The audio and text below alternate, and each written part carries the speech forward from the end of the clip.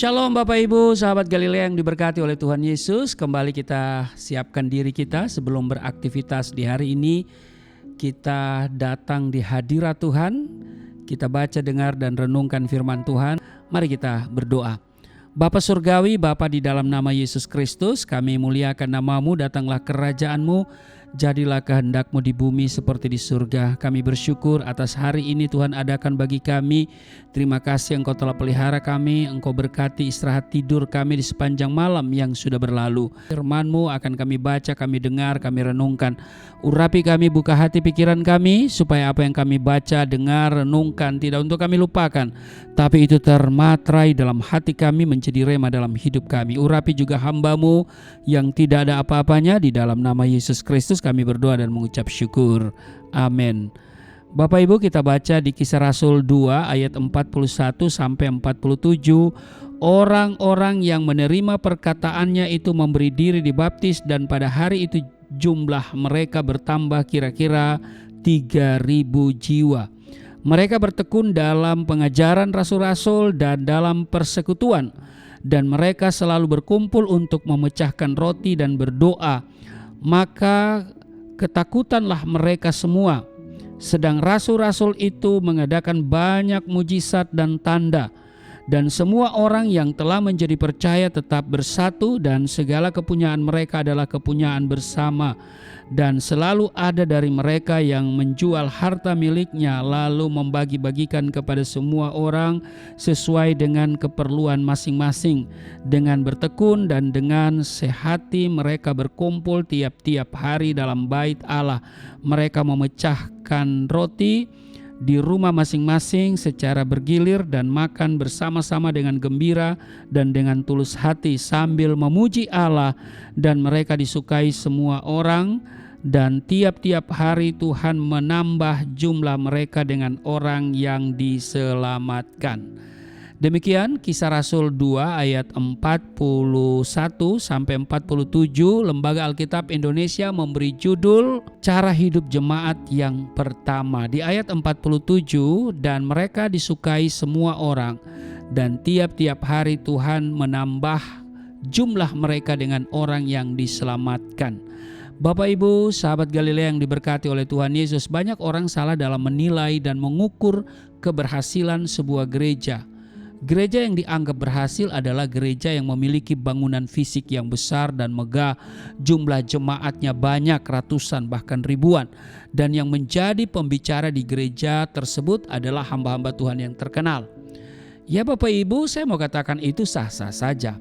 Siapa yang tidak bangga bila memiliki gereja yang memenuhi kriteria tersebut? Tetapi penilaian manusia sangatlah berbeda dengan penilaian Tuhan.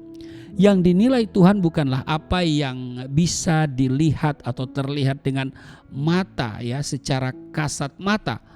Karena Tuhan memperhatikan kualitas bukan kuantitas. Berbicara tentang kualitas adalah berkenan dengan karakter atau tingkat kedewasaan rohaninya.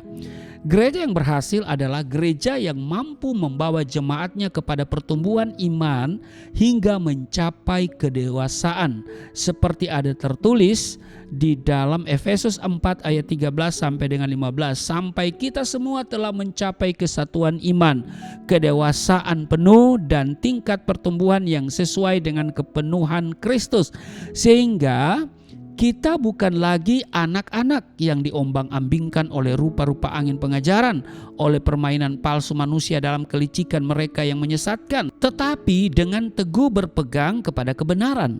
Di dalam kasih kita bertumbuh di dalam segala hal ke arah Dia, Kristus, yang adalah kepala. Jadi perhatikan Bapak Ibu bahwa kedewasaan rohani akan tercapai apabila jemaat memiliki cara hidup seperti jemaat mula-mula di zaman para rasul. Bapak Ibu, sahabat Galilea yang diberkati oleh Tuhan Yesus, kunci keberhasilan gereja adalah adanya persekutuan yang erat di antara jemaat. Ya, kalau kita baca di Kisah Rasul pasal yang kedua tadi di ayat 42, mereka bertekun dalam pengajaran rasul-rasul dan dalam persekutuan, dan mereka selalu berkumpul untuk memecahkan roti dan berdoa. Nah, Bapak Ibu perhatikan ada kata di sini dikatakan mereka bertekun dalam pengajaran rasul-rasul dan dalam persekutuan.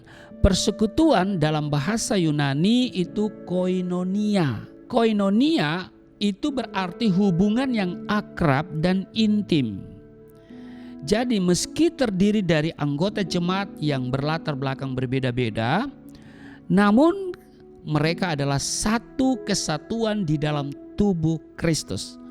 Demikian juga kita, walaupun kita memiliki latar belakang berbeda secara suku, ya, tingkat sosial dan seterusnya, pendidikan dan ya banyak hal ya. Tetapi kita adalah satu kesatuan di dalam tubuh Kristus. Karena itu di antara jemaat Tuhan harus saling menopang, saling tolong menolong, jangan sampai ada konflik, perselisihan atau perpecahan, sebab itu itu bukan berasal dari Tuhan, ya.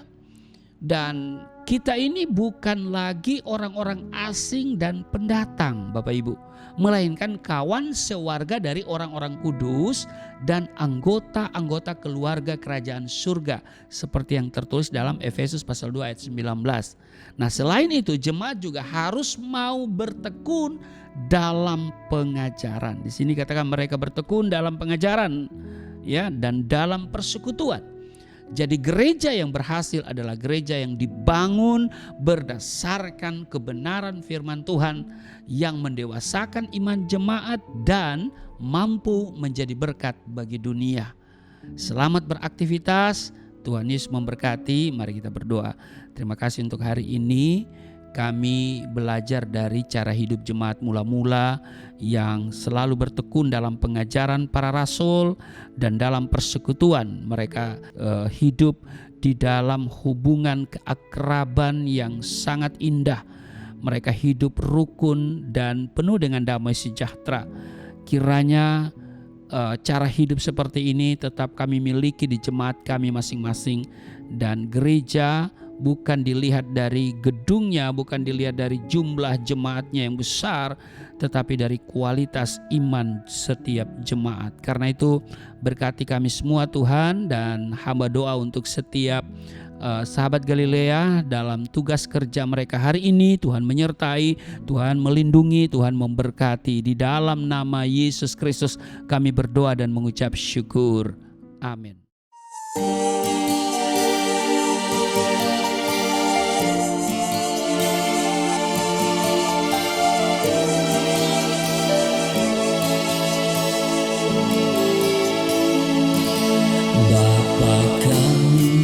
Yang di surga, dimuliakanlah nama-Mu. Datanglah kerajaan, jadilah kehendak-Mu di bumi seperti di surga.